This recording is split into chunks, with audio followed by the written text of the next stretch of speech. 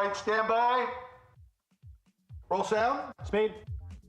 Roll camera. Speeding. Slate. Scene one, take one. Mark. And action.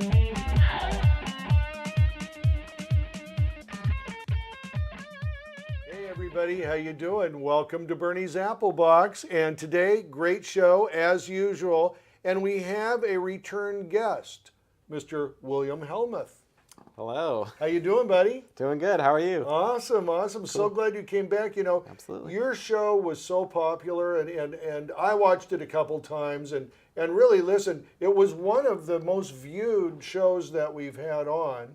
And I think it was because you're such a great filmmaker. You were so succinct at what you were saying, and you've got a plan laid out. And since then, of course, we've been in contact. We're friends. We're both here in Orange County. I've been watching you, and you are absolutely killing it on social media, too. And that is that social media presence. And I want to talk in some length today about social media and how you're working it, because you're doing such a great job. And I know a lot of people, that's a big part of what we do. Yeah, I mean, it is funny how, just kind of as an aside, social media has become such a part of being a filmmaker, whether you're a director of photography, a gaffer, even, a key grip, or just like, no matter your position, like if you're not in the social media game, it's almost like you're gonna start falling behind or losing. Well, you're lost. It's so weird, yeah. You're lost. Because that's how people know each other these days. That's how people keep up with each other, and so it's weird to me that it's such a big deal, but I just had to realize about a year ago or so that there's no way around it, and that's just how it is. So we got to embrace it. So yeah. And you know what? This last year too, watching you on it and stuff, it's really taught me a lesson too, because when I started, and it was very much experimental for me. It was 2008. I thought, wow, there's 100 million people on this thing. I'm so late to the game, Right. and not knowing at all. I was an early adopter actually at that time. Certainly for my age I was, but even in our industry, and there were plenty of people that were on filmmakers that were on Facebook, but no one was really using it to promote. And I think that's the lucky patch of four-leaf clovers I stumbled into, was understanding I could promote what I do here, and more importantly, and I know you do this, promote the industry. Right. You're talking to other industry people. You're giving people credit. You're asking questions. You're doing that. That I didn't quite understand at the time, and as I do now, on how important that is. But one thing that I did was, I had, because of the previous 10 years, I probably had 2,000 different production photos. Well, I hired somebody to scan those in, so I had them. So every day, without knowing what to do, I just clicked another picture. Either I took it the day before, or I shared one of my old pictures, would clearly state this was not the job I was on yesterday, this was something from before. And inevitably, almost everybody who would answer, it goes, oh, I saw that job you were on yesterday, that really looked cool. So, in keeping with trying to be honest, but also seeing you this year, it's brought home to me, social media has changed so much. I'm still working it like in the old world, and that is still works for me. Believe me, I say by my own gauge, I probably do 100,000 a year from Facebook, and that doesn't mean it's all new business. Some of that is old business that keeps coming over. Tell me about your sort of metamorphosis into social media. Well, I mean, for me, social media for the longest, like most millennials growing up, like my age, it was just fun. I got Facebook in college, back when it was the Facebook, and we were like, oh, were you on it? Oh yeah, when it's it was invitation only back then. So, oh really? It was a big deal. What university were you at? Biola. Oh, Biola. Yeah. And what year was that? The year I got Facebook, I think it was 2005. Wow, yeah. just like a year after it was. Yeah, it's pretty. I actually remember watching The Social Network, the movie, and I could like. There's a point in the movie where I looked at it and I thought like I think this is when I got Facebook. Like this Really? this moment. Yeah, it's funny. Oh, that's so but, cool. yeah, so like for myself and a lot of people my age, it was always just the fun thing that we do with friends. We're gonna Yeah. share goofy photos, of us like. Goofing off in college, sitting on the toilet, like dumb stuff like that. You Yeah, know? right. All And those then, like, great Facebook yeah, posts. Yeah, exactly. All the things we want to disappear now. Yeah. But like, we're all like goofing off, and then like, in my before I quit my old full-time job and just started freelancing like I am now, like. When I worked full-time, it was still just sort of fun with friends, but it kind of, it started shifting into more like, oh, maybe we're going to share like political articles or whatever. And people still do that a lot on Facebook. But when I started freelancing, I realized like Facebook is my most public image of myself. absolutely. And if there's like one place that I really need to be careful about like curating what I share, it's Yes. Facebook. It doesn't mean I can't share anything personal, but I Right. just need to be very intentional about everything I share. And so like what that's turned into for me over time is like not just blatantly self-promoting all the time. I always joke with friends that like, Facebook, I use Facebook for like looking at other people's stuff and blatantly self-promoting.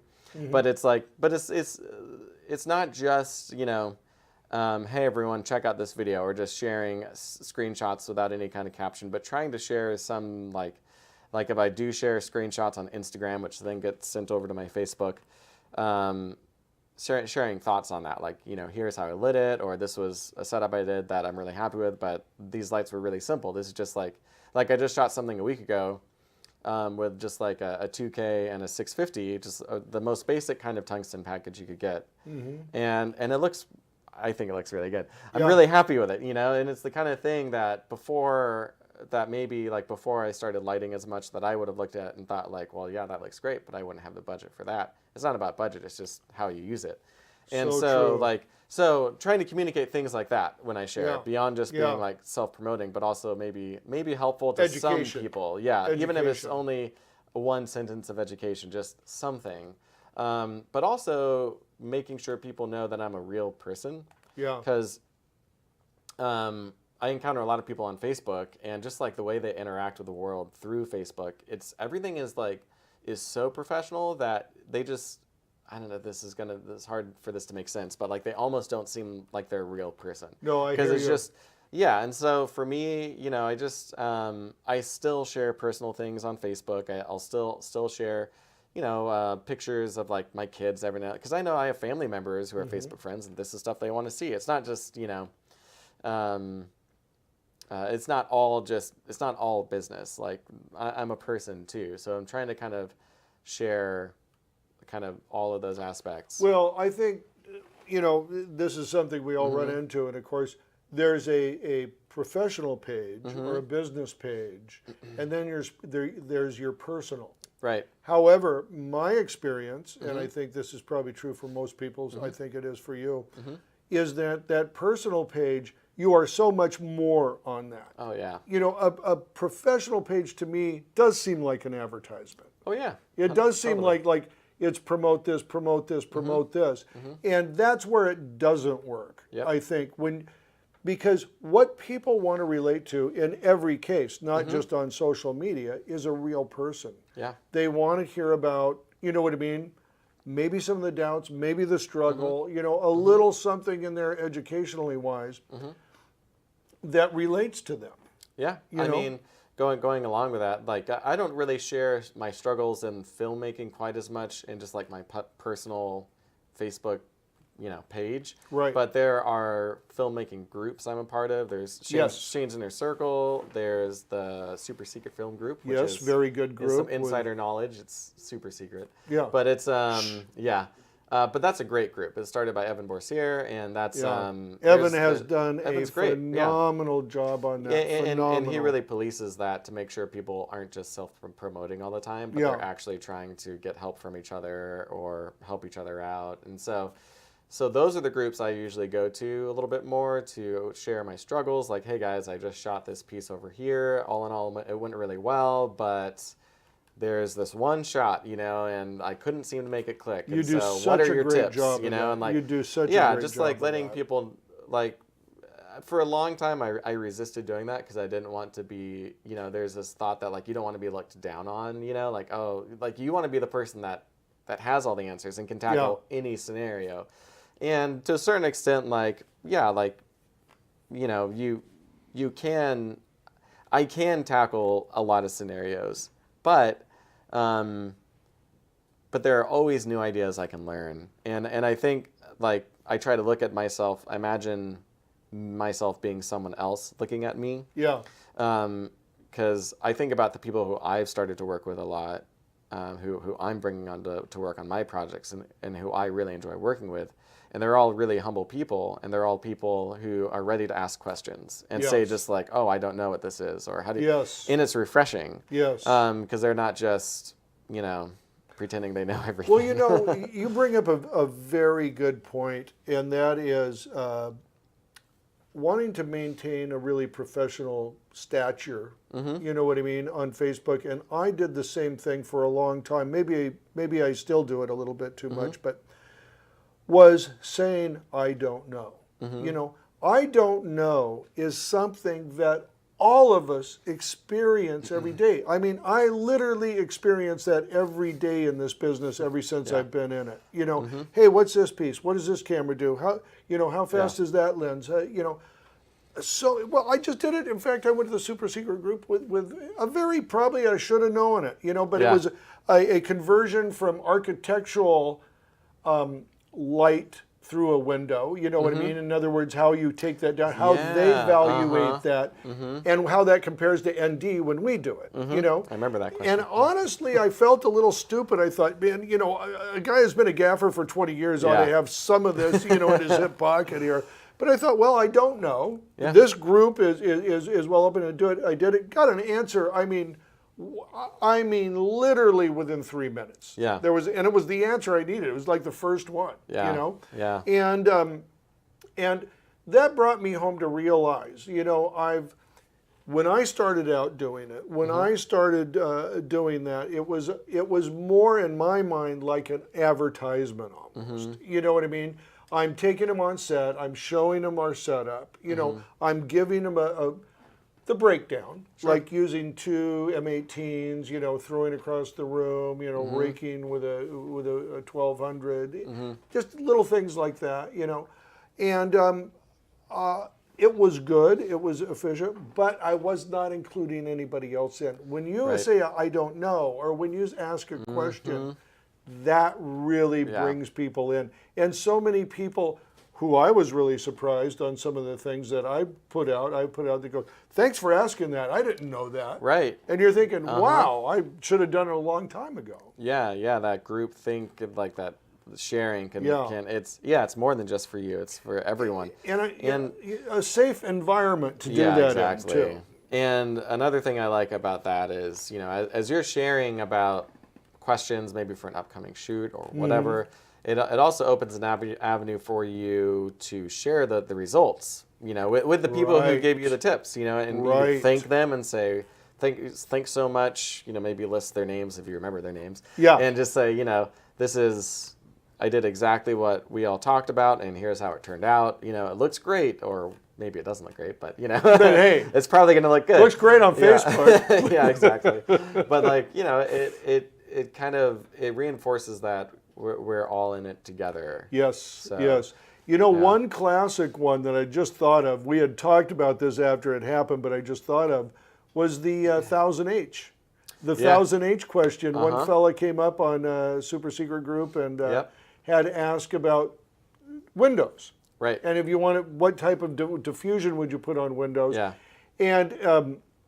And I remember reading that, looking at it, and then you answered him. I was just a voyeur, just reading, all the answers.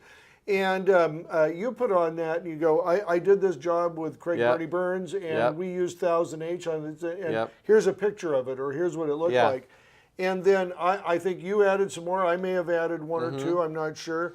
And boy, the thing really grew. I mean, Yeah. there must have been 50 or 60 comments, which is pretty common on there, Right. about that. And I Yeah. thought it was great. We had video for him to look at. Mm-hmm. We had pictures for him to look at. You know, it was just really, really, really good.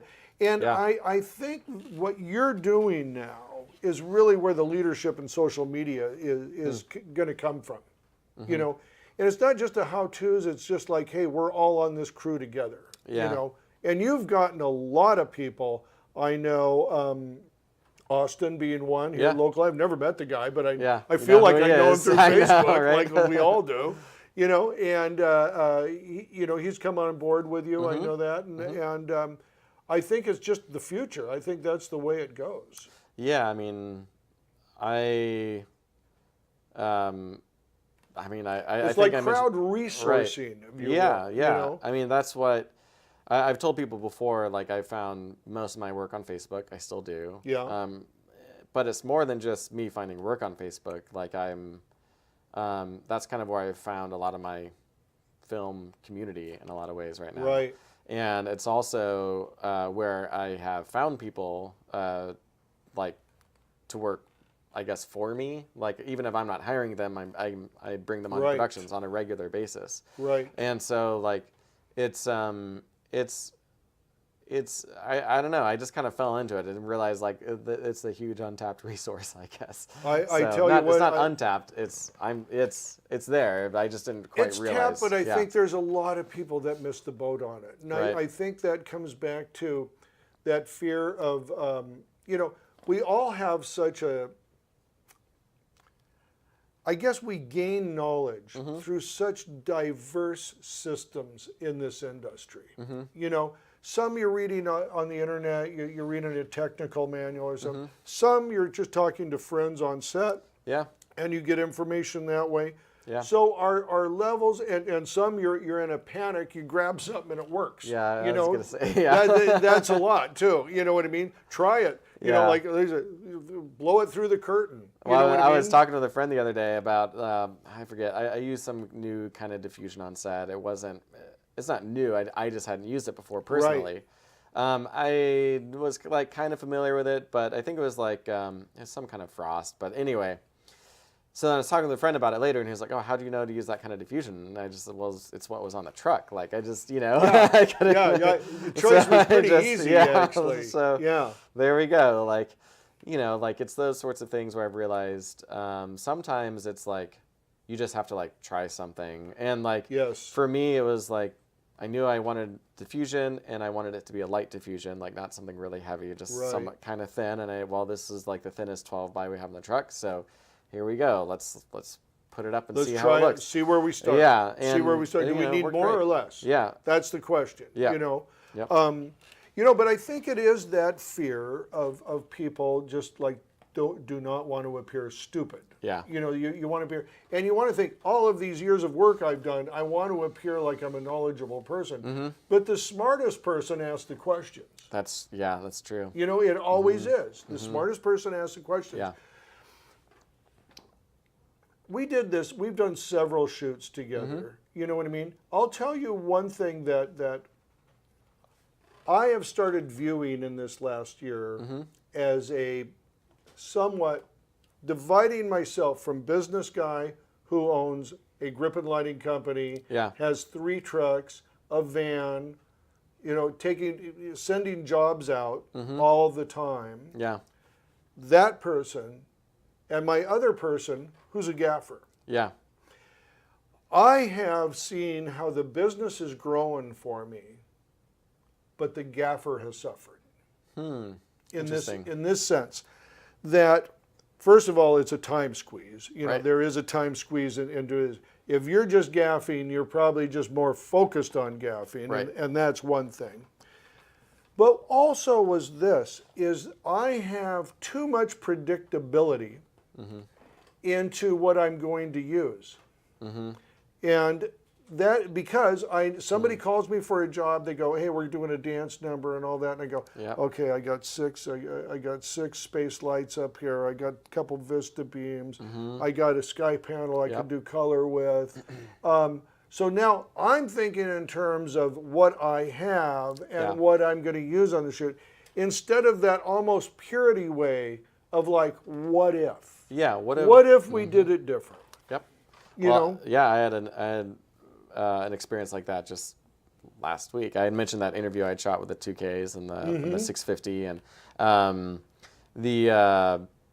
it was just a simple talking head, but I was shown an example video that just kind of got my mind rolling a little bit, and I thought, well, what if I did this interview top lit, like almost somewhere between beauty light and tabletop, and then just have a 650 like directly right behind the guy's head, so that as the cameras move, it like flares and Yeah. And I did that, and we ended up like shooting like half the cameras were handheld and like going in and out, Yeah. and it was just like just not like a talking head I'd done before, but it would have been really easy just like, all right, let's get like the Rembrandt kind of 3-point lighting. You would have just done and the then let's standard just, thing. and made it look really nice and professional, but it just wouldn't have really like, I don't know, it just No, yeah. exactly what I'm talking about. Exactly what I'm talking about. And I think that comes from a place, well, you know what? We're going to pick this Okay. up. Remind me of what I said right now. Okay. So, yeah. Okay, we'll be right back. Hi, I'm Burnie. I own Burnie's Grip and Lighting, San Diego Grip and Lighting, and Los Angeles Grip and Lighting. We pride ourselves on not only renting you the best equipment, but also giving you the best crews. And one of our core values here at Burnie's Grip and Lighting is that we give you the highest production value in the world. And remember, people used to say national, local. No, we present world-class production value on every set. We also know budgets are very tight these days, and you've got 10 hours to get what you need in the can. We move ahead, we move fast, and we know what you need. When you rent from Burnie's Grip and Lighting, you have a partner on your production for that day that is making sure you are well taken care of. So anytime you're in Southern California, give us a call at 714-609-3545, and we'll take very good care of you. See you on set.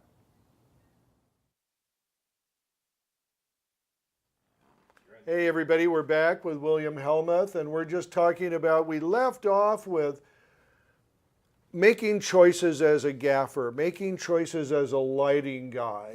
And what I was saying is that I have a tendency to stay with what I know. Right. And what works and what's safe. Also to say, in maybe the defense of that, is you're also usually one person down on most shoots these days. Yep. You have a tight budget, and certainly they have packed everything into that day they can get into that day. Yeah. So therefore your time is short and your experimental edge is cut back. How do you handle that kind of pressure? Well, yeah, first off, I do think it's really good to have standard practices that you can always fall back on, where you just know, like, this looks good, this is easy, I can knock this you out. have the tools to make it happen. But as far as changes go, there's some sort of time crunch like that or whatever. I try to still pick like, maybe change isn't the right word, and experiment isn't quite the right word either, but it's closer to experimentation, you know? Is. I try to limit it to one thing, like what's one like different element I can introduce into my familiar setup. Yeah. To give it that just extra push, That feel. And when I find that I stick to like 90% just tried and true methods, and then just that 10% being something different, that when I do that, like that's usually like that's what's the right? It's safe, but it's still like a little bit least new. have something where you push in it. And I think that really is the key to a gaffer, the DP, anybody doing that for a director or a producer, is that you do come with some idea prior to. That you could try something a little different. You could say, now that's usually fairly small because you don't have that latitude. And I come back to this. The jobs, I'm not doing experimental, theater here. You know what I mean? This is somebody is paid money for, They want to walk out with a product that's a pretty standardized thing to do a job that they have prescribed it to do. And you do have to read your client. Some clients I read the have client. are very like into just trying new stuff, and they want. And some definitely aren't. You know. And that's. Yeah. You just got to. Well, you know what, and that's a little bit, I mean, recalling how we met, you know what I mean? I met you on set because I was delivering a couple lights that Taylor, our good friend, who I haven't seen since he went over. He's so busy. He's so busy. We talked on the phone briefly a week ago. Really? Seems to be I've got to doing well. call him. I I've know. got to call Yep. him. But we met there, so we met on set doing that, and then the one thing that I saw in you is that you, as opposed to, and this is not a knock, even though it might sound like one, wanted to do something different. You wanted to make it better. You wanted to experiment a little bit, and you were open to that. So the first time we worked together, which was on for Taylor, and same group, Life Together, and it was so fulfilling to just come up to you and we could be able to talk lighting. Yeah. You know what I mean? Good. And because a lot of people, I just can't do that because they don't, and this is not a knock once again, but they don't know lighting. Right. You know, they don't, if you told them you want to try this or that, they'd go, whatever you, this is the answer. Oh, 90% of the time, whatever you think is best, go ahead and do it. Yeah, you know what I mean? I trust you. Yeah. Yeah, and that's really not the right reason I'm asking the question is to just do it. I want to know what you think and if you think this would work better, if you think it would make any difference or not. Yeah, you know? I mean, I guess like as a DP, lighting has always been I've just always seen it such a big part of it all. I've always not really known how I could do that, be a DP and not know lighting. Oh, I completely. But I mean, there and no lighting. You know, it's funny because even now I call myself a student of lighting. Sure. I'm not a master of it. I'm a student because, for one thing, there are so many people in this world out there whom I know personally even, who are so much more knowledgeable than myself. They've worked huge shoots. They have done it.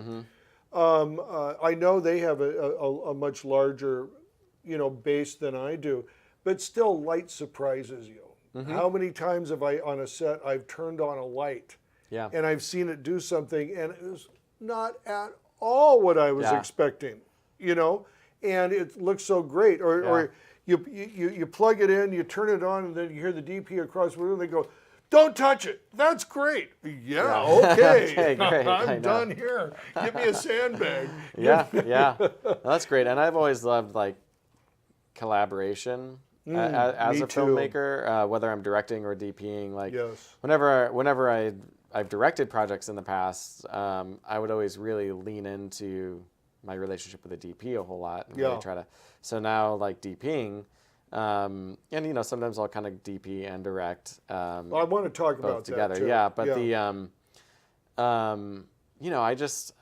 I try to lean into collaborating with everybody, and especially my gaffer. You're great at it. It's I you're think great at it.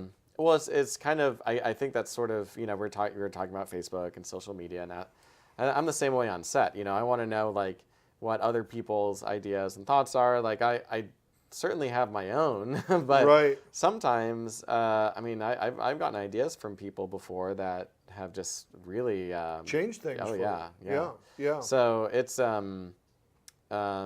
filmmaking at its core is collaborative. I think no matter the genre or whether you're doing commercial or narrative or whatever, you're a team. Yeah. And so. It is so collaborative, and I cannot imagine the scenario of one guy calling every shot. You know what I mean? I just cannot. I can't see it. I'm sure there are people that do that. James Cameron's probably somebody who's got the movie going in his head. I guess he knows a thing or two as well. So right. He's got some good ideas. He's got But tell me about the divide here. And I know, like, sometimes you're working as a director with a DP. Yeah. Other times, however, though, and I've been on set as the gaffer where you are DP and director. Right. Tell me about that battle, because I see it as a battle. You know what I mean? Yeah. Well, tell me how you approach that. Yeah, it doesn't feel like much of a battle to me necessarily.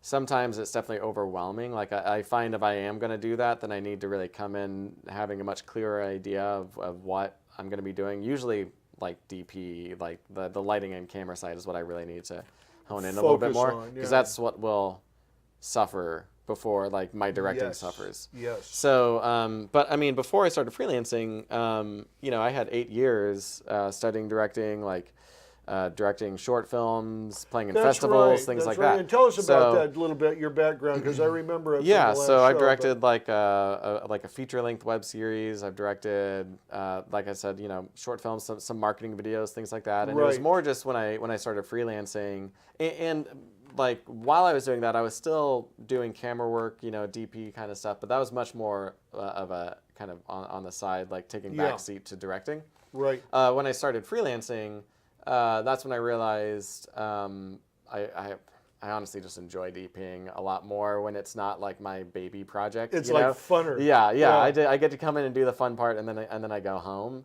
Rather than this project like following me. Have it it's just- everywhere you yeah. go. Yeah.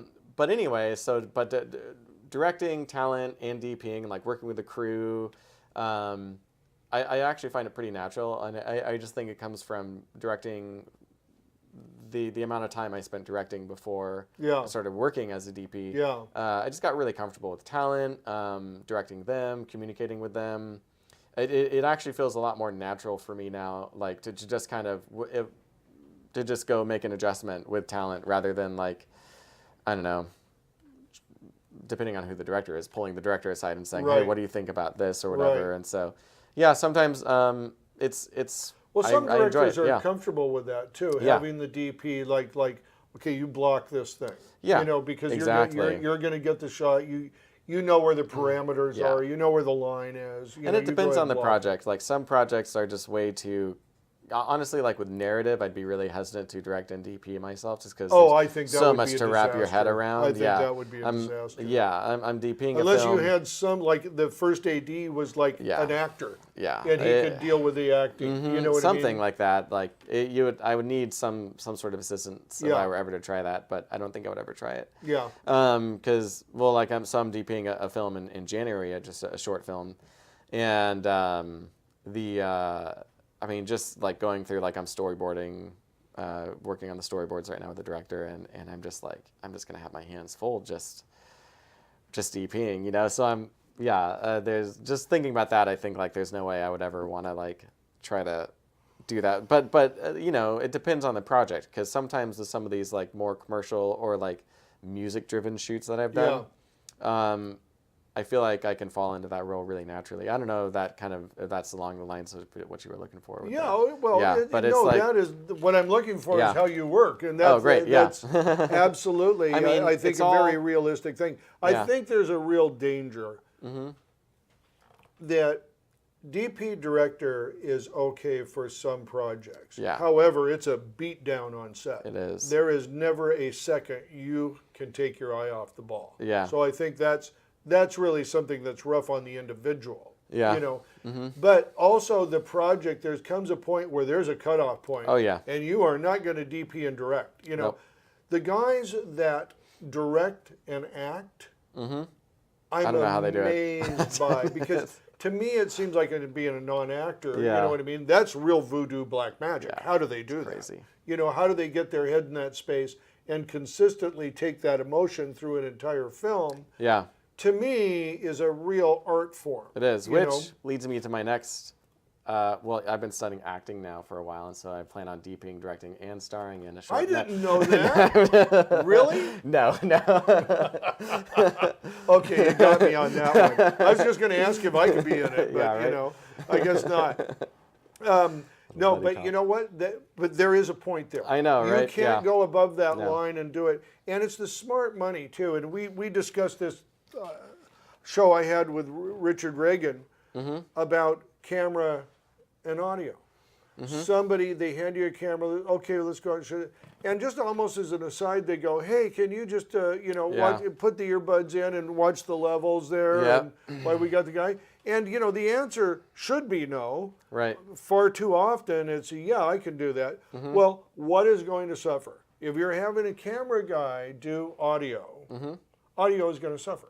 Oh yeah. And he may even blow camera because he's distracted by audio. Yeah, I've done projects before where the audio wasn't a total loss, but Right. there was some sort of serious issue with it, interference or something like that, and these people come back and post like, how did this happen? And I'm like, well, you didn't hire a sound guy. I mean, I'm not a sound person. Like, I'm trying to make it look good. I'm not trying to make it sound good, and that's, I mean, it's really, it's weird, and that's kind of carryover, I think, from that, more The ENG events, world. where. Yeah, Very much it's so. hard to know exactly where it came from, but yeah, it's It's funny. Never fun. The subject in my world always comes back to audio, but I judge almost everything now on quality, because you see some nice stuff. Yeah. But then they're talking in a room like it's just the camera. Right. Like you go, what is this? Yeah. I'm totally distracted by whatever the message is. The message is gone. Oh yeah. Because I'm put off by that. And I don't believe it is just me. Like, there is one thing on a level that you and I judge media on, and all of the people that were around most of the time are judging media like we do. But I think the absolute vast majority of the world has no context of media and what it takes. Yeah. So they hear something, they can't identify what they don't like about it. Like, that sounds weird. Yeah. They're not going to think that. No. But they're going to think, that's kind of cheap. It seems cheap. Yeah. And I come back to it every time. I hope I've said it every show at some point. Production value equals product value. And that's what it comes down to. If your product is the video, then it's still even more so. But if it's a toaster, if it's a car, production value equals product value. You know what I mean? Absolutely. And that's so important. My thing is, and part of the reason for this show is too, we were discussing this the other day, is I sent a job out last Saturday, and in Laguna Beach at the Ritz-Carlton, obviously the people are paying some money Oh yeah. to get their message across, And as almost, I guess, an aside, the CEO said, hey, let's get a video of our clients, because that's who they were going to have there, saying great things about us. You know what I Right. mean? Great idea. Sure. Right? So the person who, got the job, and it was, once again, everybody will understand this in our industry, but it was, got the job 10 days before the event. Oh boy. Right? Yeah. So now they're scrambling, and you got to go through all the paperwork, all that. You got to lay out what you're doing. You got to do this. They walked in, and it's a simple setup. For us, a simple setup. It was 4 Kino flows, a single camera, right? Backdrop. Yep. And you know what that, it's a hair no big light deal. and all that stuff. So he told the people the size of the room. There was a little pushback there, but they got him the room he needed. And they walked in after he set up, and they were just, he said they were like dumbfounded. Yeah. They were just speechless. Like, wow, we didn't think it was going to be this big. We didn't think it was going to be all this. Yep. However, you and I would look and they go, oh, it's a little shoot. Look, Right. somebody's got a little small shoot here. Yeah. They were blown away. They were totally blown away, but when they saw the product Yeah. through the monitor there, Yeah. and it comes back to this. That is a company with, I'm not sure, let's call it 30 employees, but it's somewhere around there. They're probably doing 20 million. I imagine if you've got 30 employees, you're going to be somewhere in those numbers. You know what I mean? Probably small on the scale of businesses worldwide or in the United States or whatever. But still, they had no idea. These are sophisticated, educated people. They had no idea what went into making media. Yeah. They certainly don't sit there watching their TV at home, judging media in any sort of critical way. It's just like, Oh yeah, it's like when everybody drank Folgers coffee, right? Right. Then Starbucks comes along and it's like, wow. Yeah, they're you not know? looking at the light on someone's face and wondering like, okay, how did that get there or anything. Yeah, Well, it's you just, know yeah. what? Even as those people who have a product like that big, they are not asking themselves, why did they use that line? Why Right. did they use those words? Yeah. Why was this edit put at that place? Right, yeah. Why did when the girl is talking in the voiceover, they cut to the hands and then the eyes and then the Right. dog? Right. You're not even close to asking those questions. You know what I mean? And these are people who are buying media. So the education of media, Yeah. telling people what to look for, what to do, that Yeah. is what I think our job is. It's the job of this show, and it makes better production. That is better for the production professional. It is. Yeah. Yeah. So listen, we'll give you a chance to talk, but right after this. All right, we'll be right back.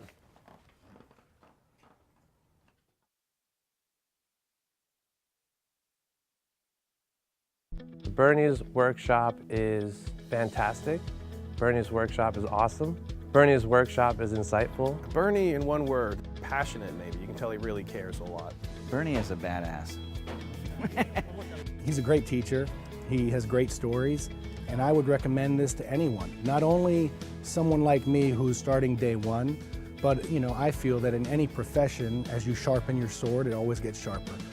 I think the best thing about this is the access to understanding how to run your business, how to actually be in this filmmaking industry and make money at it. Coming to this workshop, I think, is what actually gets you the tools to understand how to do that, how to get out there and sell yourself. I thought that was really cool. I thought, he knows all the tricks in the book, and he knows how to show that to us and actually demonstrate it so we actually know what he's talking about. I really like the hands-on experience. That's something that you don't find a lot. That's something you have to go on set a lot to just appreciate. I know this is lighting seminar, but it's not only talk about lightings. He also share his business experience, personal experience, and guide us to what we should do, what kind of personality we should have in this business. His stories, I think that kind of say everything in a few example stories that he gives out from time to time. I would recommend this workshop to anybody who just spread into the industry, people who just don't know the swing of it. A lot of the stuff they don't teach you in film school. I deal with a lot of freelancers every day, a lot of peers that I went to school with, a lot of professionals in the field, and they all need to take this class because it puts you on the next level, on the next playing field. Burnie's a great guy. Burnie's really authentic. Like everything he learns, everything he teaches, the way he handles himself, the way he deals with other people, he's a one-of-a-kind guy. Someone I've never come across before in the industry, and someone I hope to emulate and hope that there are more people like him out there that can help.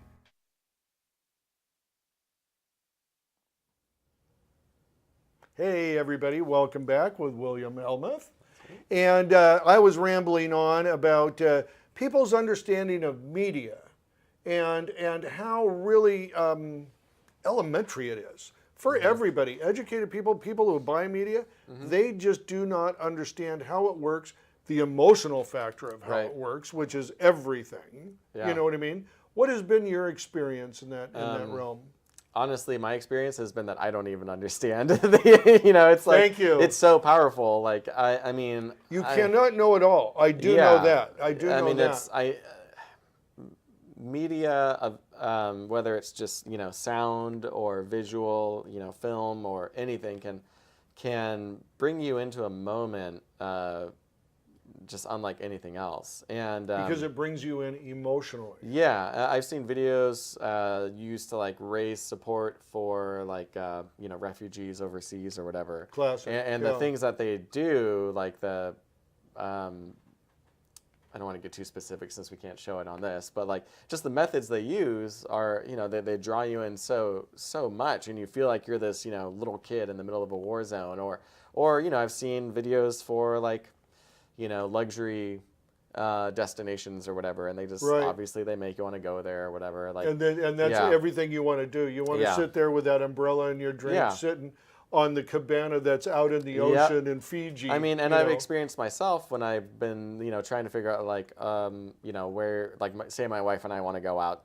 know, on a Friday night or something like that. Yeah. Which is rare these days now that we have kids. Sure. But you know, when it happens and I'm trying to figure out where to go, Yeah. if I go to the website of some cool like restaurant or bar or something like that, and they have like some great photos, good, you know, after like the good reviews, like good word of mouth, like if there's great photos, with an updated website and maybe even a great video there, if it's that place versus, you know, some old like website that looks like it's from 15, 20 years ago and, you know, barely updated, then I'm probably going to go to the place no-brainer. Because I can go over here and I know like, well, this is what it looks like. This is what I'm in for. This is what's in store. Right. I can experience these things at this place, so that's where I'm going to go. And for you, that's a more important decision than say myself or somebody else. You got two kids at home. This isn't happening again real fast. Exactly. You know, your wife, you want to give her that break. You want to have the two of you there present. And you want an emotionally stimulating experience. Yeah, exactly. Yeah. So, I mean, and just beyond that, you know, like products, like when I'm looking at, even like in our industry, if I'm looking for a light to buy or a camera or something like that, I want to see like, like if it's a camera, raw footage from the camera, like that I can maybe download and play around with. More than just examples, but I want to see like a good rundown of like, what is this camera? What is this light? What can I do with it? All that kind of stuff. Yes. And that's not even like really super complicated content, you know? It's super instructional. On a more like, on kind of a higher level, I think it's just story. Like people respond to stories, to storytelling, especially like my generation and younger. I'd say we're really in tune. Like if you look at like Dove's campaign with like I forget, it's something about like beauty being skin deep, like, you know, so they do these campaigns with like these messages and these stories they tell, and that's like, and that actually Royal Caribbean just released a series of short films, like documentary style short films about Alaska, because they've started doing cruises to Alaska. And these are really well produced, really cool little stories, and they make me like want to go to Alaska. They work. The media like, works. Yeah. Emotionally, they've brought you into Alaska. And I know exactly what they're doing. Yeah. But it doesn't matter because like, you're not immune to it. No. You know, we're not immune to emotions. You know, we're all of that. You know. Yeah. Whenever I do that sort of the analysis of a piece, you know, I really do have to take myself out of it. And of course, you know, my wife hates watching TV with me if I'm doing that. She hates getting an explanation of why they did that in a commercial, and I don't blame her. But it's just that. You have to take yourself out of it emotionally and say, oh, I saw what they did there. Yeah. You mentioned the refugee. There's a campaign on that is just like, it works so well. Yeah. I feel guilty sitting in my living room watching TV. That's how well it works. You could donate and still feel guilty. Oh, you could donate every day and still feel guilty. But and it's really a brilliant execution of what we're talking about. It's a horrible subject. It's a horrible thing. But this PSA, and I can't remember who it's for, but it shows one girl, and it's live, like in her environment, in her village or whatever, and she's kind of crying, looks very stressed, very upset, and they tell the story of she was out playing and a bomb went off where she was playing at, and she hasn't spoken since. And you can tell that, I mean, look, even me saying it, right? You know what I mean? Yep. It gives you that feeling. Yeah. I almost cannot watch that commercial because it's so moving. You know what I mean? It's so moving. Now, had I never seen it, I'd have no idea about it. Thinking about it. I wouldn't be thinking about it. I mean, you hear about bombs going off and you hear about these things, right? But you know, it's the power of story, which I think film can do like nothing else. Yes. And so you're exposed to a story like that, and you don't forget it. Yes. And that's like that's and in this particular case, they don't even tell you in the background what war it is, what village it is, what this girl's nationality is, or anything like that. You know what I mean? It's just a tragedy that happened to a human, but it is so well executed in that 30 seconds to a minute. You know what I mean? I think that's where people are going to have to start looking with looking to storytelling like that. Yeah. I'm seeing more and more brands and nonprofits and companies moving in that direction to storytelling. I think but it's all storytelling. Oh yeah, but that's true. Like whether you realize it or not, you're telling some kind of story. But better storytelling than we've had so far. Yeah, you know what I mean? And there are still things that it's like, okay, it's a 20% off, now you're going to buy it. Right. There's still those items. Right. But boy, telling the story of a company, and this is where so many companies miss it. They don't tell the story of their customers and how their products help them. Change their lives. Yes, change their lives, even in a small way. Even in a fun way. Yeah. Yeah. It doesn't have to be big and serious and you save the world or anything like that, but just really in a fun way. Listen, there's something else I wanted to ask you about because it's really important, I think. And it's something because it's almost maybe the polar side of social media. What about personal relationships? We're building personal relationships. Tell me about that and how it interacts with social media. I mean, it's challenging. I think I have a lot of friends who I've been friends with for a very long time, and we still, I just have to be really intentional about like reaching out and keeping in touch with them because my schedule is so unpredictable. A lot of the friends I just naturally make are the people I work with. As far as like social media goes, I try to take relationships that are formed on social media off of social media. So like if there are people I'm interacting with in like a Facebook group or something like that, and I know like they live in, Austin, Texas, or Denver, or Chicago. Right. When I'm in that city for work, I let everybody know, and I say, hey, who wants to get together for drinks or whatever, if I've got time. And even if it's at the end of a day and I've finished a long shoot or whatever, I'll still make the effort to like, go out, like let them know like where I'm gonna go get dinner or whatever, and then we all get together and hang out. And I've gotten to know friends that way. Even people there's a guy in Illinois who wasn't able to make it onto a shoot that I was out there for because he was already booked.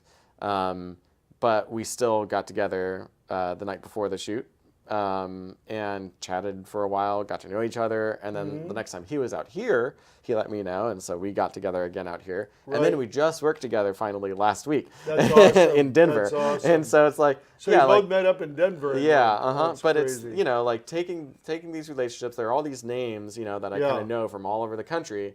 And whether they're here in Southern California, right, or some other place of the country, I try my hardest to move those off of social media so that and into the personal. Yeah, I did that with you. I was following you for like almost a year, I think, and then we kind of started doing. I think we did like one job together or something, and then where it just fell into place. Yeah. Yeah, and after that, I thought like, well, I'm gonna get to know this guy because he's near me, and he's all over the place. So we just. So then I think I just like invited myself over and but that's that's and like, you're always welcome. In fact, any filmmaker is open when you have a business like mine. That's please come see the warehouse, come talk, see what we got here, and let's talk lighting and let's talk production. And it's those real life relationships that are that's what really comes through in the end. Yeah. Like so for me, social media has been useful for developing like those relationships. It's not just like I have online friends, but it's like.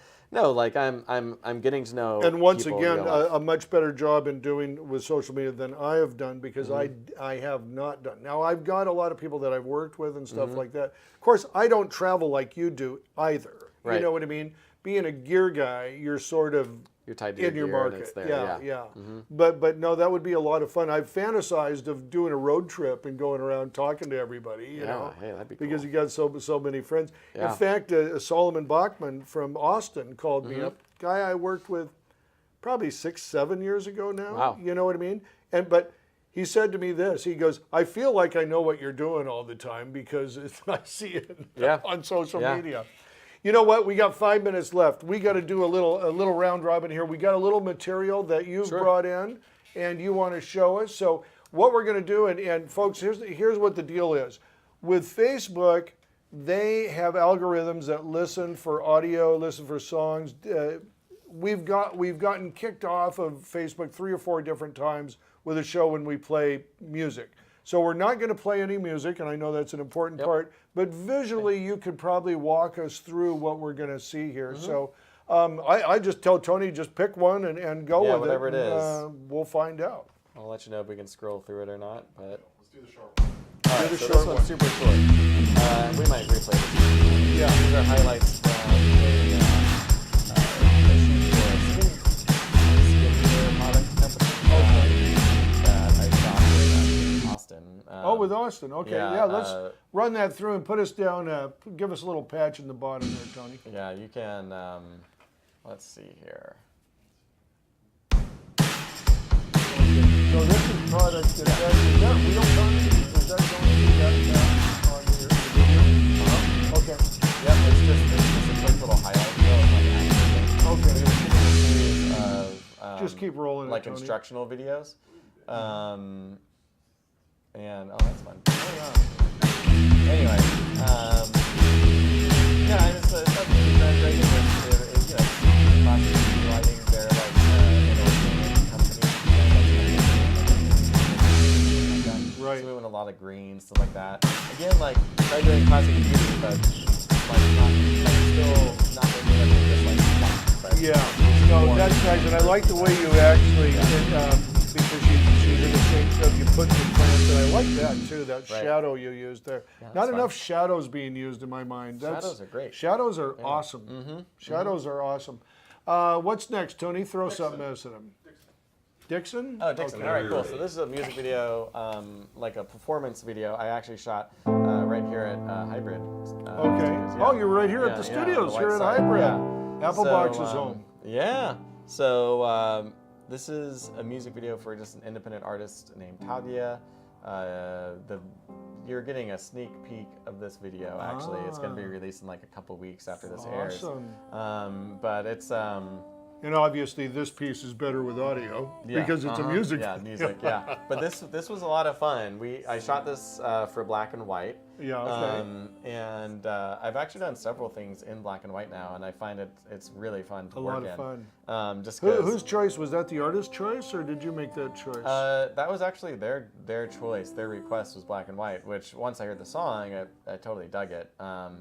And we, you know, this isn't like the fanciest video. It's pretty stripped down. I lit it with one light. The stage lights were on, but only like 25% on. Okay. Gotcha. But yeah, I just tried to keep it super simple. I like it. I love that stark look of a stage with a single performer and instrument. Just, you know, no diffusion on her key light there. That's just a harsh. That's brave. Like Fresnel, yeah. That's brave. But she's a younger woman as well. So yeah, I mean, yeah, and that, and you know, you get a good like makeup artist on set. Of course. You can and you get the light right. Stuff. Right. You get the light right. Yeah. Yeah. That key light, it's funny because it seems really simple, but I rotated that piano back and forth like an inch or so, like each time, just as all, and then you know move that light around. Like it's just so many little details that I just like. It actually took a really long time just to dial in that one light because it needed to look just right. Because it's the key light. I mean, you're gonna do it. Yeah, and it's not like I shot anything groundbreaking, but it's just like a simple. I was happy with it. Especially with no diffusion. Yeah. That's really crucial. So Tony, let's go to the next one. Let's go to another one if we have it. I've got another music video I shot for that same artist, which is very different. Here it is right here. This one's called Fire and Smoke, and we shot this one out in the desert, in the Mecca Hills, outside of the Salton Sea. Yeah, that was fun. And this was and this was all just bounce, like, you know. Is this in the morning or in the evening? Late evening. Like the sun was just about. So you're just getting golden hour. Yeah, yeah. The sun was disappearing behind those hills as we were shooting her stuff. But that's the most beautiful light. Oh yeah, it was great. And I mean, and I love shooting this kind of light. It's a lot of fun. Yeah. That guy shot, the guitarist. That was fun because that was at like noon. But I actually ended up being really happy with his stuff. Which, you know, what I learned a lot in that scenario was just placement, like placing the talent. I placed him next to a rock. But let's skip to the end here of this video. Let's see. Yeah, go back a little bit here. Yeah, a little more. Yeah, right about there is good. That's fine. Yeah, so we're just playing around with smoke. One of the themes of the song. But yeah, you know, it was fun playing around with just diffusing light and bouncing it. And Did you use all natural light, or was yeah, it? yeah, this is all natural. So you just bounced. and just stuff shaping like it, that, yeah. And then also like the smoke at the end. What I try to do is use that to kind of diffuse the light a little bit on the talent, like on him right there. Yeah. Worked better sometimes than others, but you know, Yeah. it was a fun little No, video. it's kind of a nice little piece with the Yeah. color in there and Yep. everything. Yeah, yeah. No, it's a good choice. No, those are awesome. Well, listen, that's about an hour, buddy. Goes by You know, quick. it does. It does. Tell us how we can get a hold of William Hellmuth. Go to my website, williamhellmuth.com. Hellmuth spelled Hellmuth. And yeah, all my contact info and demo reel is there. Awesome, brother. Yeah. So great to have you on again, William. Absolutely. You'll be back. I think nothing to announce yet, but there may be a few projects William is doing for the Applebox network too. So we're going to see some of that. So thanks again. Awesome. All right, and we'll see you next week. Cut. That's a wrap.